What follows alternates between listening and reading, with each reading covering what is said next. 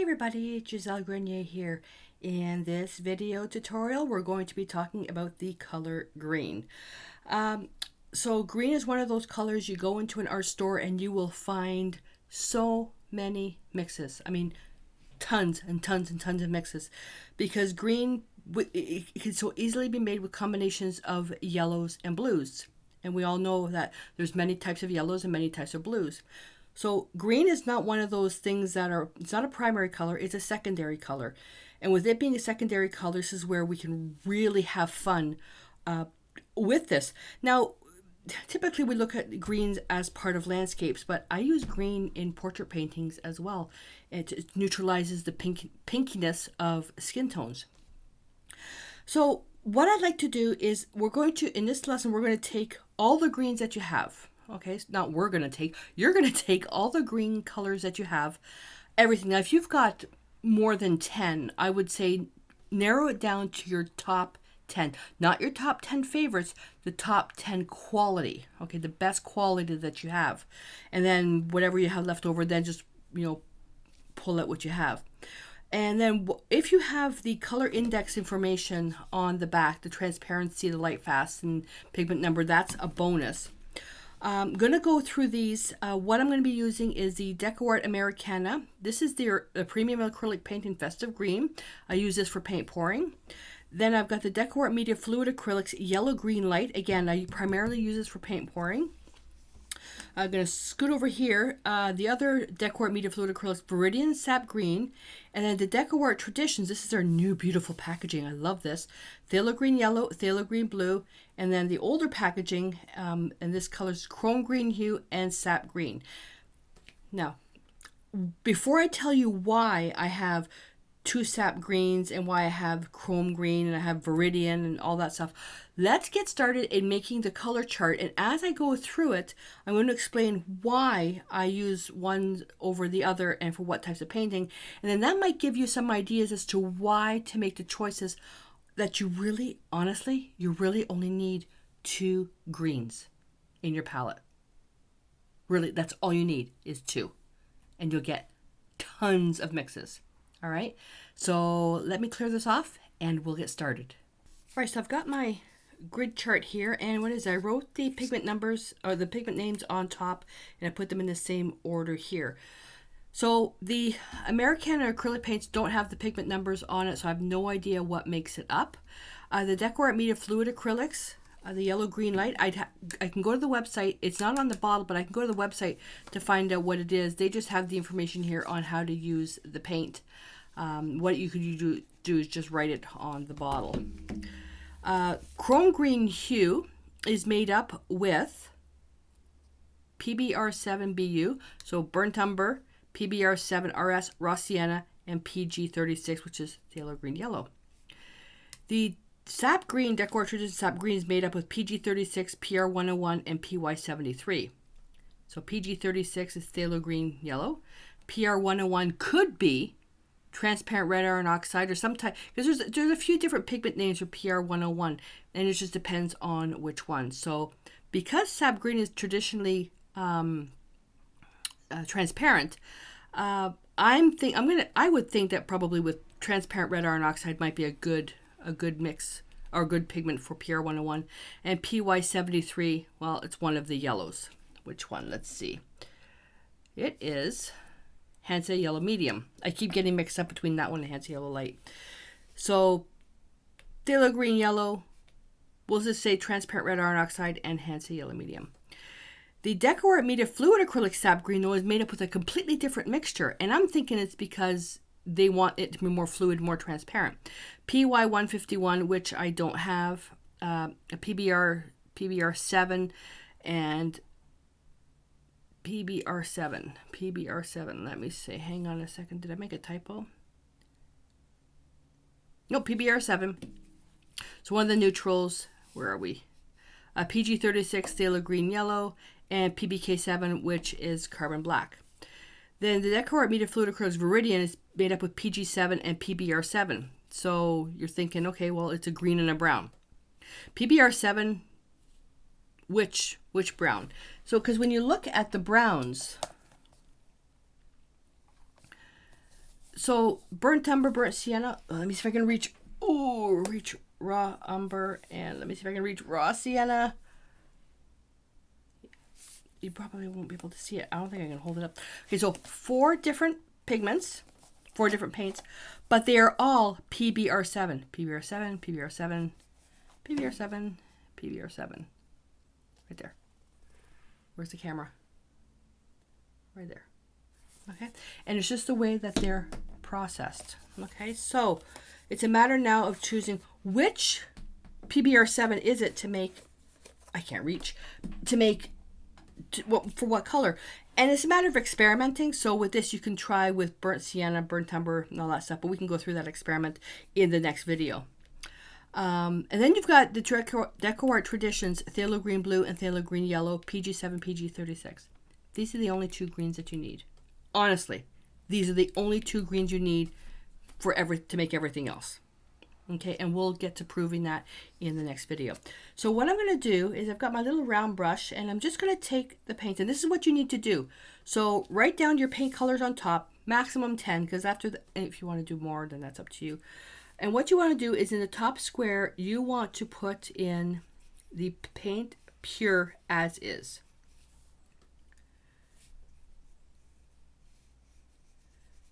Pure as is.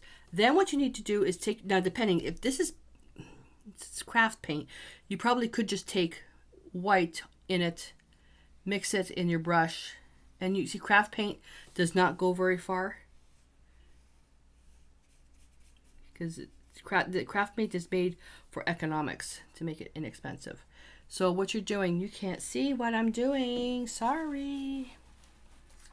So I made my first swatch, then I took my dirty brush, added some white, and then I made that swatch, then I took that brush, added more white, went over here, and this is how you make your value scale. And then you end up seeing the true underlying color. It also tests how far you can take the paint. And how far you can take the paint will give you an idea on its tinting strength. The higher the tinting strength, the more ranges of values you can get. You're going to see that the tinting strength is going to be super strong on the phthalo colors. And we also know, if you've been with me for a while, you also know that anytime I use the phthalo colors, I get some on me. One little drop it tends to take over everything. All right, so the festive green. So now let's go with the fluid acrylics. These are nice for paint pouring. I really like using these. Not much of a difference, is there? When you look at the true underlying color, you can see. Now on the color wheel, I forgot to ask that, because we're halfway finished the color wheel, you should have an idea now what I'm going to be saying. With this green here, you can look at it. Does it lean more towards yellow or does it lean more towards blue? That's the only question you need to ask when identifying what green you should use. This one definitely leans towards yellow. And then when you're putting your paints down, really, until you actually add the white, it's a little bit hard to see what the true underlying color is. They're both transparent or semi-transparent. The Deco Art Media Fluid Acrylics doesn't seem to be as strong as I would hope. Now, I could be because I just added a bit more white to it, but it seems to be a little bit more opaque. Now, the other thing that when you're doing these charts, I could have had too much water in my brush up here. So they are relatively the same in tinting strength. And now I think I'm going to change my mind. As the paint is drying, this looks like it's leaning more towards blue. Just a little bit. Just a speck. And when it's fully dry, I mean, it may look a little bit different. Well, let's continue on so that way we can see, we'll wait for it to dry before we make any judgment calls. This is a Deco Art Traditions Chrome Green Hue. I was, no longer, I'm not doing anymore, using this for portrait painting in the style of John Howard Sandon who liked to work in the style of the masters is that he was using chrome green hue to tint, to knock down the strength of some of the pigments to create, you know, the greenest tints and shadows and stuff like that. You can make it yourself.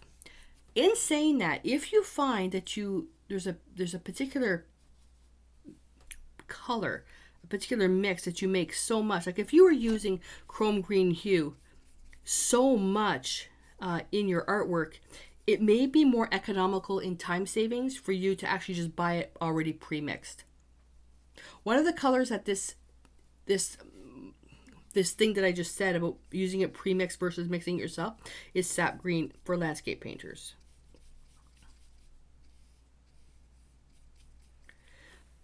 So putting the paint now side by side on this chart, because this is already drying, it makes it much easier to identify where on the color wheel that they lean. So I'm looking at this now. This definitely leans towards blue. Much leans towards blue compared to this, which now looks like my original thing. No, this leans more towards yellow. So it's hard when you just have the one by itself to compare which side of the color wheel it goes to. And if even having it on your chart, and if you still quite can't decide, it's okay for now to think of it as a neutral green. There's nothing wrong with that. Now, Sap Green in the traditions. So this one here is made, the mix is different than the Sap Green with the fluid acrylics. Now, this is another color that you could use with portraits as well to neutralize some of the intense colors and create some shadows in that. Sap Green is super popular when it comes to landscape paintings because it's a good green base. It's a really good green base. So as I'm painting, as I'm creating the chart, I'm just going to give you some other insight. So you can see that this is made with PG36, PR101, PY73. You could mix these. That's absolutely no problem. Picture yourself painting outside, plein air. You're painting live outside. If Sap Green is your actual base, that if you really like this mix, let's say you're mixing it yourself and you really like that mix. If you had to mix this out in the field, you would have to bring with you 3 paints, PG36, PR101, and PY73 in order to get this. There's nothing wrong with actually having Sap Green already made up for you. It'll save you time because it's already done, but it'll also, it's only one color that you have to bring in the field versus 3.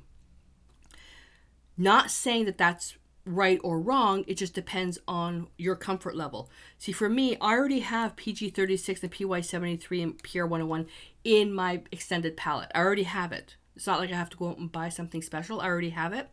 But if I were to, I already know how to make this by hand, but if I were to go out into the field, I could make this, a bunch of this, put it in a tube and a single bottle and bring it with me, or just use it pre-made.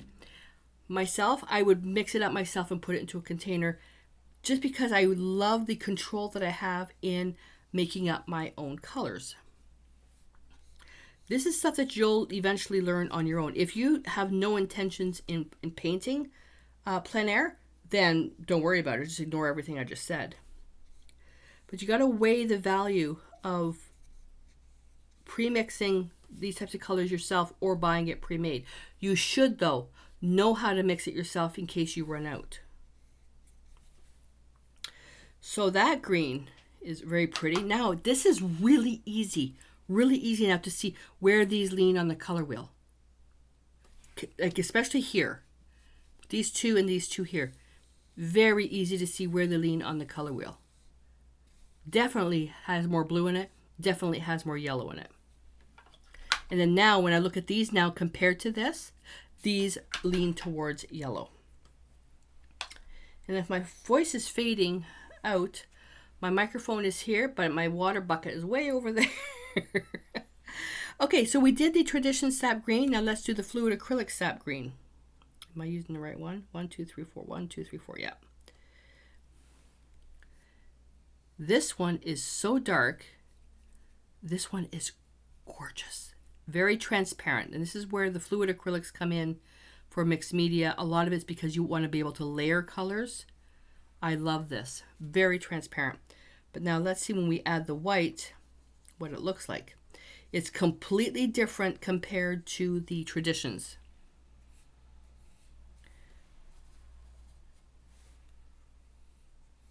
Very, very different. Let me just add a little bit. Whoops. Yeah, that's the right one. I'm going to add a bit more green in there just to try to match the value. If you add too much white early on, your value scale is going to run out too quickly.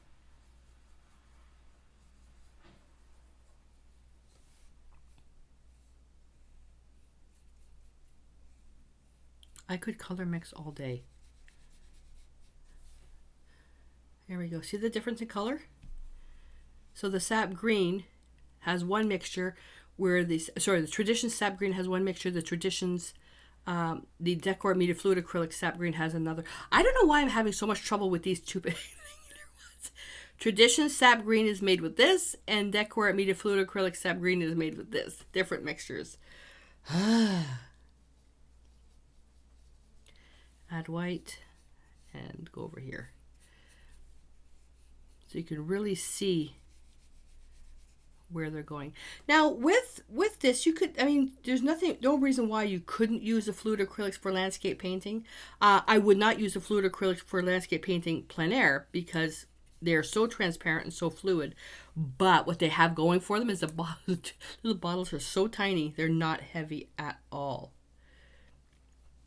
But if you were going to take, if I was going to take the fluid acrylics with me, I would use them more like as almost like a watercolor because they are so fluid. But now here you can see the difference with these two here.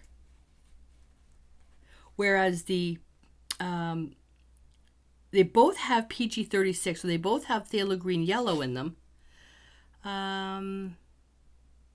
They both have a yellow. The Traditions has some type of red in it, but the fluid acrylics one has a brown and a black, which why it makes it so dark and why it's a lot more grayed. The green is grayed. Now the next one, Viridian. This one's drying out. I'm probably gonna get just this use out of it, then it'll be gone. I don't use this one anymore either because it's so easy to make. Phthalo green blue and a brown, and it's just a matter of which brown is it. And I'm going to add white. Now because the base color of this is a phthalo color, it is so strong. Now Viridian, typical Viridian is used quite a bit for landscapes. My purpose for Viridian is for portraits. And because it is transparent to start off with, if going back to doing it this way,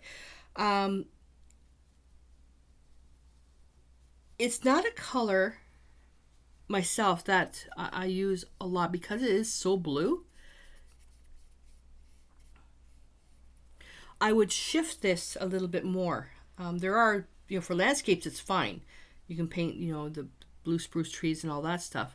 But for portraits, it's quite strong, and you really wouldn't use it pure on its own. You would mix it with something else to tone down skin tones. But you could also think of other things that you can, paint with it. It's not just for portraits, but it is very strong because of the phthalo colors. Now the Traditions, the main ingredient is phthalo green yellow, whereas in the Decor Media Fluid Acrylics, the first ingredient is yellow. Then it's phthalo green yellow. So the order that is on the label typically is same as ingredients on a food product. The first ingredient is what has the most, then the next one, then the next one. Same thing with paints. All right, so phthalo green blue.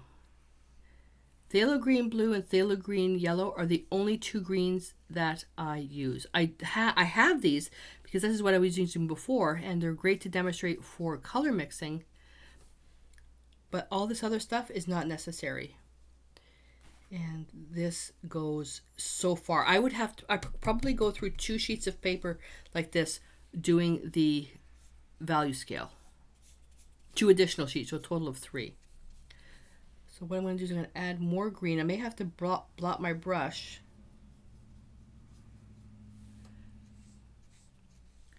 And I apologize for the truck noises outside. People next door are getting their driveway done. Another one. So what else do you think you could use these greens for? There's so many different things. I mean, other than, clothing and car colors and, whatever, there's so many things that you can use it for. And this is how you get to see the varieties, flowers, the flower stalks, leaves on trees.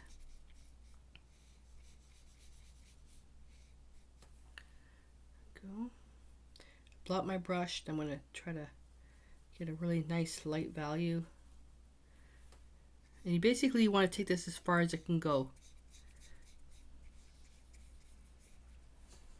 See how far that goes? So definitely leans towards the blue. And this is where now you can have a good comparison of what is close. So yellow, yellow, and then blue, yellow, blue, and blue, obviously. And then now the phthalo green, yellow.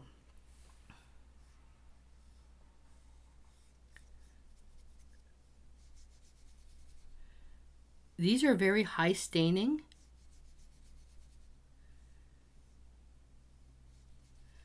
So they'll go quite far.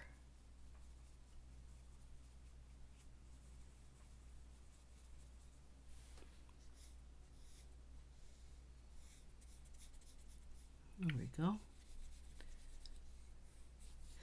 Now this particular color I've used so often when creating water paintings, like seascapes and oceanscapes, where the water is green.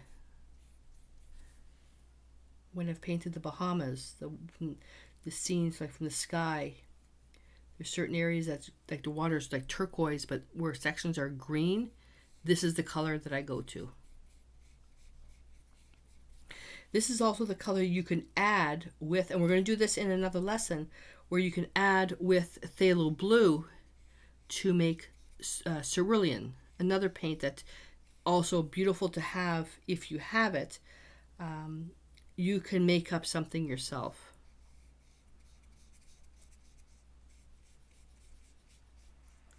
There we go. So there we are. Our chart is done. So in looking at the chart now, this is time to start doing our analysis now. So let's see, this one, and this one. So these 4 colors here all have one of the phthalo greens. This has phthalo green blue. This has phthalo green yellow. No, sorry. This has phthalo green yellow, phthalo green yellow, phthalo green yellow, and phthalo green blue. So out of all my mixes, I don't know about these ones, out of all my mixes, 3 of them have this one, and 1 of them has this one. So you can see that you really, these colors, these greens are all that you need. I'm thinking this one here, now, here's your pop quiz question. Taking a look at these 2 paints here, which phthalo colors do you think serves as the base for these? Which phthalo color serves as the base for this festive green and yellow green light? So that's going to be your pop quiz question for this video lesson. And your homework assignment is going to be to take your top 10 paints in quality. You're going to place pure pigments at the top, and then you're going to create a value scale of white going down. And then I want you to identify, making a note in the bottom, which way do you think they lean on the color wheel. All right, so that's your homework assignment. So do that. And then what I'd like you to do is when you're finished, take a picture of it and head on over to the community It could be the Facebook group or the Facebook page. Post it there along with your observations in doing the chart. Just don't do the chart for the heck of doing the chart, because I want you to get something out of it. So post for your answer to the pop quiz question, and for each color, make sure that we can see your notes at the bottom where they lean on the color wheel. And all that information is in the description below, depending on where you're watching this video. So if you're watching it on YouTube, you got to go to the community. That's where I'm answering questions with everybody, because that way you can post a chart and I can answer your questions there. You can't on YouTube. Sucks for that. On the Facebook page, a Facebook group, or even in the Mighty Networks community, hanging out more in the Facebook group because there's a lot more activity in there. So pick one of those and you can post your questions in there. All right. So you got your homework assignment, you've got your pop quiz question. Let me know what they are, and until I see you in the next lesson, stay inspired.